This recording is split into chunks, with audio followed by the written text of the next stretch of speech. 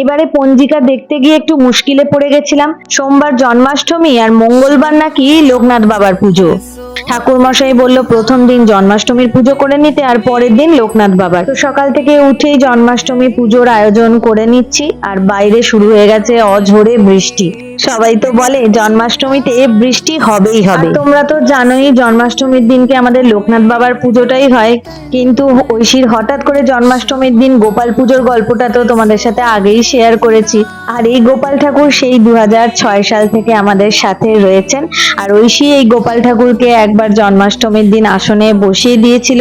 তো সেই থেকেই আমরা এই দিনটাতেই শুধুমাত্র গোপাল ঠাকুরের পুজো করি, আর ঐশী কিন্তু নিজে হাতে গোপালের সেবা করে।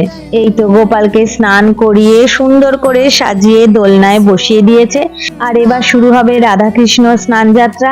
এটা মামুনির শাশুড়ি মামুনিকে দিয়েছিলেন, তো সেই থেকে মামুনিও রাধাকৃষ্ণর পুজো করে। তবে এবারে আমাকে আর মামুনিকে পুজোর দিকে বিশেষ থাকতে হয়নি, ঐশী সব একা হাতে সামলে নিয়েছে। আমরা খালি জিনিসগুলো ওর কাছে রেখে দিয়েছি। সকাল সকাল ঠাকুরকে তো স্নান করিয়ে দেওয়া হয়েছে, এবার ঠাকুর একটু জল খাবার খাবেন, তার জন্য ঐশী এখন থালা সাজাতে ব্যস্ত। আমাকে তো কিচ্ছুই করতে দিচ্ছে না, তাও আমি ওর সাথে সাথে একটু রয়েছি। এই যে এখানে ঐশী সব সুন্দর করে সাজিয়ে গুছিয়ে রেখে দিয়েছে। এখানে ঠাকুরকে ফলও দিয়ে দিয়েছি আর একটু ননিও দিয়ে দিয়েছি। ওখানের কাজ সেরেই ঐশী চলে এসেছে ভোগ রান্না করতে। আর ভোগে কিন্তু আজকে লুচি আর আলুর তরকারি দিয়েছি, তার সাথে মালপোয়া। মেন ভোগ আমাদের এবারে নন্দ উৎসবের দিনই হবে, ঠাকুর মশাই সেটাই বলেছেন। আর ওই দিনই লোকনাথ বাবারও পুজো আমরা করব। তো মামুনি আমাদের জন্মাষ্টমীর ব্রত কথা শোনালেন, আর এখন ঐশী করছে ভোগ আরতি।